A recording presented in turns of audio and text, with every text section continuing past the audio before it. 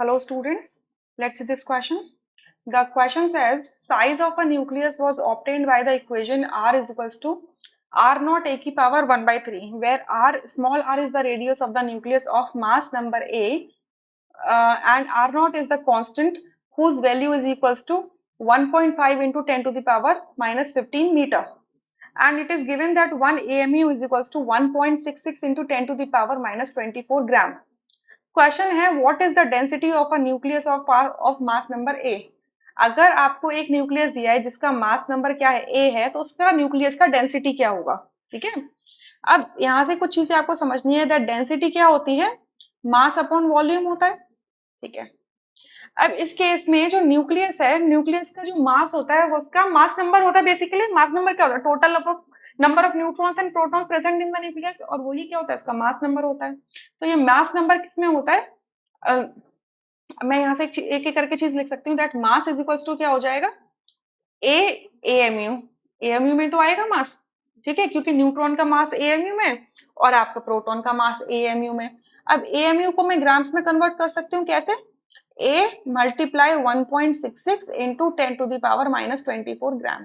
ठीक है, नेक्स्ट आता है volume. Volume, v for volume, ठीक है, एम फॉर मास। वॉल्यूम है, अगर हम मान के चल रहे हैं कि ये जो न्यूक्लियस है वो स्फीयर है, तो स्फीयर का वॉल्यूम क्या होता है, 4/3 पाई आर क्यूब, यही होता है। ठीक है, 4/3 पाई की वैल्यू होती है 22/7, और आर की वैल्यू क्या दी है इन्होंने, आर की वैल्यू यहाँ पे दी है a naught, sorry r naught a की पावर 1/3। तो मैं अगर आर क्यूब करूंगी तो क्या हो जाएगा, आर नॉट की क्यूब एंड ए हो जाएगा। ठीक है, सो आर नॉट की क्यूब इंटू ए हो जाएगा। क्लियर। अब देखो हमारे पास दो ऑप्शंस है, या तो हम ग्राम पर सेंटीमीटर में निकालें या किलोग्राम पर मीटर में निकालें। तो मैं ग्राम पर सेंटीमीटर में निकाल लेती हूँ, क्योंकि मेरे पास ग्राम्स में दिए, जनरली हम उसी में कैलकुलेट कर लेते हैं, तो ग्राम्स में निकाल के देखते हैं। सो अगर मैंने ग्राम में लिया है, तो यहाँ से जो वॉल्यूम के अंदर जो आर जाएगा, वो क्या होगा, आर आर नॉट है वो किस में दिया हुआ है, आर नॉट की जो वैल्यू दी है वो क्या दी है, 1.5 into 10 to the power minus 15 metre दी है। तो ये सेंटीमीटर्स में कितना हो जाएगा, 1.5 into 10 to the power minus 15, and 1 metre में कितने होते हैं, 100 सेंटीमीटर होते हैं। तो ये हो जाएगा आपका 1.5 into 10 to the power minus 13 centimetre.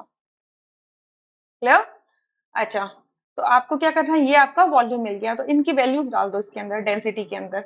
सो मास कितना आया था, a multiply 1.66 into 10 to the power minus 24 gram, और वॉल्यूम कितना आएगा आपका, 4/3 into 22/7 into r naught. R naught की वैल्यू कितनी है, 1.5 into 10 to the power minus 13, इसका क्यूब।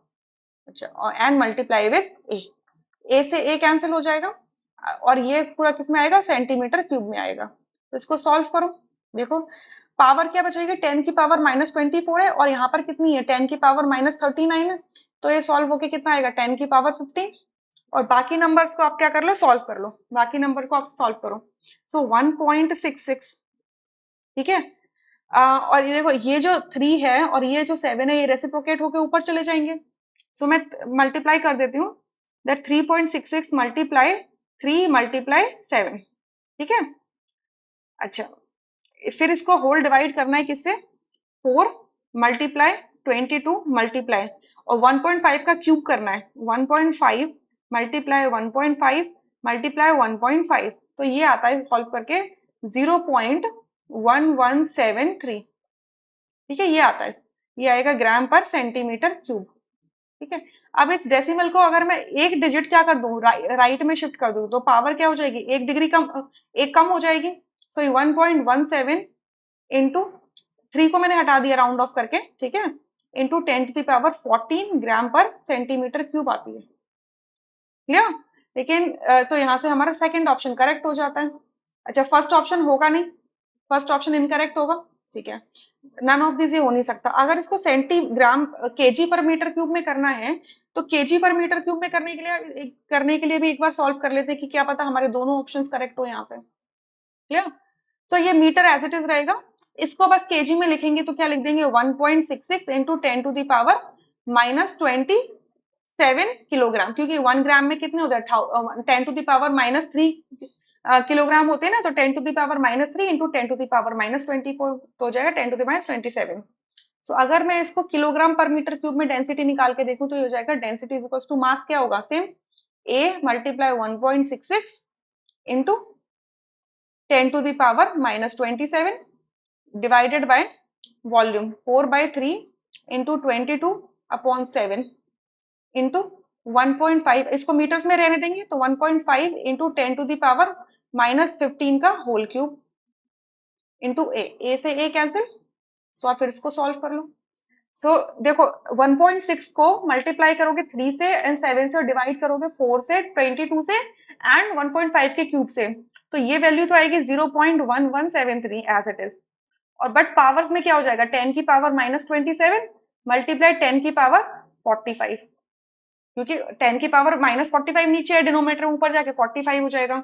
तो ये 45 माइनस 27 ये करोगे तो कितना आएगा 18, 0.1173 इंटू 10⁻18।